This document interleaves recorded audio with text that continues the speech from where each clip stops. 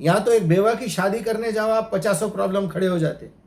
یہاں کسی صاحب کی بیوی مر جائے اور وہ بیچارہ اپنے بڑھاپے میں اگر کسی کو سہارا دینا چاہے, ارے بھائی میرا 50,000 روپے وظیفہ ہے, میں مر جاؤں گا تو وہ وظیفہ ختم ہو جائے گا. وہ ایک غریب بیوہ عورت ہے, وہ رہے گی تو میرا پیشاب پیخانہ صاف کرے گی. بیٹی بیٹا کوئی بھی کسی مرد کو برہنہ نہیں دیکھ سکتے, حرام ہے.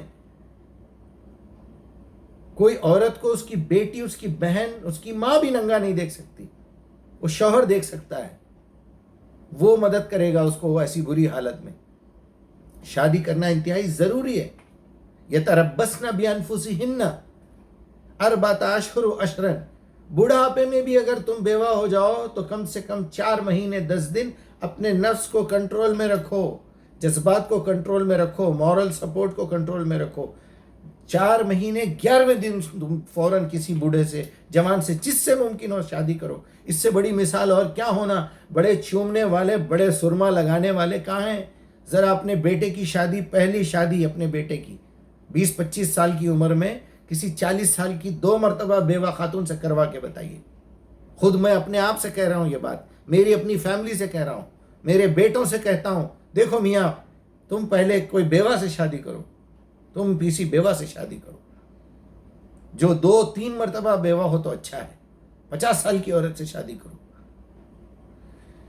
ہاں, حضرت بلال رضی اللہ عنہ کے بارے میں ایک واقعہ ہم کو پڑھنے میں ملتا ہے کہ شاید حضرت ابوبکر یا عمر کا واقعہ ہے, مجھے اللہ معاف کرے, مجھے برابر یاد نہیں ہے, کہ انہوں نے حضرت بلال کو ڈانٹ دیا ہے. غلام جب ایمان لائے تو وہ اعلیٰ درجے کے ہو گئے, تو معافی مانگنے لگا ہی نبی صلی اللہ علیہ وسلم نے. شاید حضرت ابوبکر کا واقعہ ہے. اتنے گہرے دوست اپنے خسر صاحب, کیا آپ نے کہا کہ نہیں آپ بلال سے معافی مانگیے؟ کس طرح کیا آپ نے یہ کام؟ اپنی جگہ پہ حضرت بلال کو بٹھا دیتے تھے, اپنی جگہ پہ جہاں آپ بیٹھتے تھے, حالانکہ آپ کبھی ایک جگہ نہیں بیٹھتے تھے. جو پہلے آیا السابقون الاولون, جو پہلے آیا وہ وہاں بیٹھے گا. اور آپ صلی اللہ علیہ وسلم جوتیوں میں بیٹھ جاتے تھے صحابہ کی, بولتے تھے نہیں. کوئی نیا آنے والا پوچھتا تھا آپ سب میں محمد رسول اللہ کون ہے. آج ذرا جا کے اپنے مرشد, اپنے امام صاحب, اپنے جماعت کے اور اپنے بہت جس کے آپ پیر پڑتے ہیں, چومتے ہیں, جس کی دھول مٹھی چاٹتے ہیں خدموں کی, ذرا دیکھیے اس کا رنگ ڈھنگ دیکھیے, اس کا چلنے کا غرور دیکھیے, اس کا آ کے بیٹھنے کا اسٹائل دیکھیے, اور جو پیر پڑواتا ہے وہ دیکھیے. ان کی گدی اپنی جگہ پہ مقرر ہے. یہ محمد رسول اللہ کے چاہنے والے ہیں. یہ ظالم ہے, ظالم. اور وہ آخری واقعہ پیش کرتے ہوئے, شاید میرا یہ ویڈیو کافی بڑا ہو گیا ہے. مہر نبوت کے لیے حجۃ الوداع کے موقع پہ یا اس کے بعد کبھی آپ نے مرنے سے پہلے یہ کہا کسی سے کہ بھائی میں اگر کسی کا کچھ باقی ہوں تو مجھ سے بتاؤ, میں وہ لوٹا دوں, اور میں نے کسی کا دل دکھایا ہے تو بولو میں معافی مانگ لوں, میری وجہ سے کسی کو کوئی تکلیف پہنچی ہے تو بولو. تو کوئی میرے خیال سے عبداللہ بن عباس یا عبداللہ بن عمر, کوئی بچوں میں سے کوئی تھے, دوستوں کے بیٹوں میں سے, حضرت عباس کے بیٹے, چچیرے بھائی, اور ادھر عبداللہ بن عمر یا کوئی ایک تھے جس کے ساتھ آپ کبھی اونٹ پہ سفر کر رہے تھے اور سمجھا رہے تھے. عبداللہ ابن عباس ہے میرے خیال میں. یا غلام انی اعلمک کلمات, اے میرے بچے میں تمہیں آج کچھ باتیں سکھاتا ہوں. اونٹ چل رہا ہے, آپ اس کو سکھا رہے. اس طرح کی کچھ سٹوری ہم نے سنی تھی. تو وہ چھڑی جو ہے یا وہ ہنٹر جس سے ہم ہانکتے ہیں, وہ آپ نے ایسے مارا تو وہ ان کی پیٹھ پہ لگ گیا. تو انہوں نے کھڑے رہ کے کہا کہ آپ نے فلاں فلاں وقت پہ جب ہنٹر چلایا تو مجھے لگا تھا, آج میں اس کا بدلہ لینا چاہتا ہوں. آپ سوچئے لوگوں کا کیا عالم ہوا ہوگا. کیا پرسنالٹی ہے محمد رسول اللہ کی, اور کیا جید لوگ ہیں. عمر کو ممبر سے اتارے, چلو اترو, پہلے بتاؤ یہ جبہ کہاں سے لایا تم نے, یہ اتنا زیادہ کپڑا تم کو کہاں سے ملا. تو آپ صلی اللہ علیہ وسلم نے کہا لے لو, بدلہ لے لو. انہوں نے کہا کہ جب اس وقت میری پیٹھ بالکل خالی تھی, کپڑے نہیں تھے اوپر سے, میں ننگا تھا اوپر سے, میرا جسم کھلا ہوا تھا, آپ اپنا کرتا جبہ جو بھی ہے وہ اٹھائیے. تو آپ صلی اللہ علیہ وسلم نے پیٹھ سے یہ خالی کر کے بتایا, تو انہوں نے مہر نبوت کو چوم لیا. یہ واقعہ ہم سنتے ہیں کہ یا رسول اللہ میں آپ سے بدلہ لوں گا, میں تو آپ کا مہر نبوت دیکھنا چاہتا تھا. میں آپ کے مہر نبوت کو چومنا چاہتا تھا، لیکن اس سے پہلے کی سچویشن پہ ذرا غور کیجئے کہ ایک بچہ اٹھ کے کھڑے رہ کے یہ بولتا ہے کہ میں آپ سے بدلہ لینا چاہتا ہوں آخر الزمان رحمت للعالمین کے ساتھ۔ بھائی یہ باتیں کرنا بہت آسان ہے، ذرا میدان میں اتریے، ذرا بزنس میٹنگ میں جائیے، وقت کی پابندی کیجیے۔ ارے ہمارے رخے جھوٹے، ہمارا قاضی جھوٹا، ہماری باتیں جھوٹی۔ آخری میں ایک آیت سنا دیتا ہوں، سورہ منافقون ہے، 63 نمبر ہے شاید میرے خیال میں۔ یہ اذا جاءک المنافقون قالوا انک رسول اللہ واللہ یشہد واللہ یعلم انک رسول اللہ واللہ یشہد ان المنافقون الکاذبون۔ بہرحال اللہ تعالیٰ سے میں التجا کرتا ہوں کہ میں نے جو کچھ بھی کہا ہے، میری جو بھی باتیں، اس میں سے اگر کوئی مجھ سے غلطی ہو گئی ہے، کوئی روایت میں غلط سنا دیا ہوں، بولنے میں مجھ سے کوئی اسٹائل میں آپ کے سمجھنے میں کوئی غلطی ہے، تو اللہ اس کو ریپیئر کر دے، اس کو ٹھیک کر دے، اس کا کریکشن کر دے، میرے دماغ میں بھی کریکشن کر دے، یا وہ پرانی بات کو ڈیلیٹ ہی کر دے۔ اور جو باتیں میں نے صحیح کہی ہیں، یا اللہ میں نے سچے دل سے اپنے پورے جذبات، اپنے پورے خون کی روانی کے ساتھ کہی ہے، سچ پہ بات کی ہے، اے اللہ ہماری قوم، ہمارے لوگوں میں سچ بولنے کی، سچ سننے کی، سچ کو برداشت کرنے کی، اپنی غلطی کا اقرار کرنے کی صلاحیت دے دے میرے مالک۔ دلیل مل چکی ہے آپ کو، دل قبول کر چکا ہے آپ کو۔ یہ کون سی شرمندگی ہے کہ آپ اپنی زبان سے اپنے کمزوری کا اقرار نہیں کرتے؟ اسی میں عزت ہے، اسی سچائی میں عزت ہے۔ لعنت اللہ علی الکاذبین، اللہ تعالیٰ کی جو ہے لعنت ہوتی ہے جھوٹوں پر، باتوں کو چھپانے والوں پر۔ نہیں ان کو بولے تو انہوں برا مان جاتے، تمہارے باوا آ رہے ہیں ذرا چھپاؤ وہ بات کو، تمہارے ابا آئے ہوئے اگر معلوم ہوا تو ایسا ہو جاتا، وہ ٹوٹ گیا مت بولو۔ ارے چیزیں توڑ کے چھپاتے بھائی۔ اللہ معاف کرے، اپنا خیال رکھیے، اللہ سے توبہ کیجیے، سچ بولیے۔